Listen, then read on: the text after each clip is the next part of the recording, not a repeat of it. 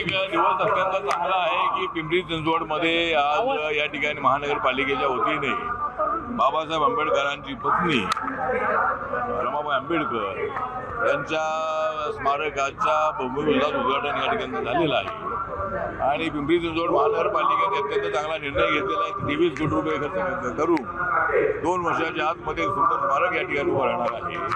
तर पिंपरी चिंचवड महानगरपालिकेचा मी आभार व्यक्त करतो की बाबासाहेबांच्या पत्नीचा फार मोठा त्याग आहे. बाबासाहेबांच्या पाठीमागच्या ताकदीने उभ्या राहिल्या, त्यामुळे बाबासाहेब आंबेडकरांनी एवढी शक्ती प्राप्त झाली. त्यामुळे त्याच्यामागे रमाईंचा मोठा वाटा आहे आणि त्यामुळे मला असं वाटतं की स्मारकाचा निर्णय फार चांगला घेतलेला आहे.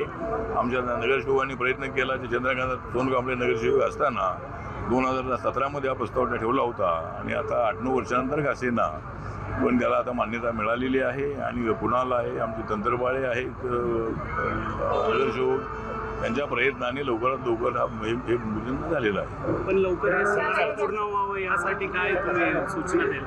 आता मी आयुक्तांशी बोललेलो आहे, त्यांनी सांगितले 2 वर्षामध्ये पूर्ण होणार आहे. तर ते आता त्याला कामाला वेळ थोडा लागतोच आहे, पण ते लवकरात लवकर पूर्ण व्हावं यासाठी मी मेयरना आणि आयुक्तांना बोललेलो आहे आणि एवढ्या काळामध्ये ते पूर्ण होईल असं त्यांनी सांगितलेलं आहे.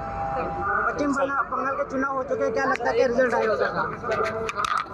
पश्चिम बंगालवरती पश्चिम बंगाल के चुनाव हो चुके हैं, क्या लगता है? हाँ, पश्चिम बंगाल में जो चुनाव हुए हैं या 5 राज्यों के चुनाव जो हुए हैं, तो इस 5 राज्यों में कम से कम 4 राज्यों में हमारी एनडीए की सत्ता आने की संभावना है और केरल में भी मतलब हमारी सत्ता लाने का हमारा प्रयत्न रहा है. एक तो असम में और पांडिचेरी में हमारी सत्ता ही है. अभी वेस्ट बंगाल में हमारी सत्ता निश्चित रूप से आएगी और क्लियर मेजॉरिटी अपने को बीजेपी को मिलेगी, ऐसा हमको पूरा विश्वास है.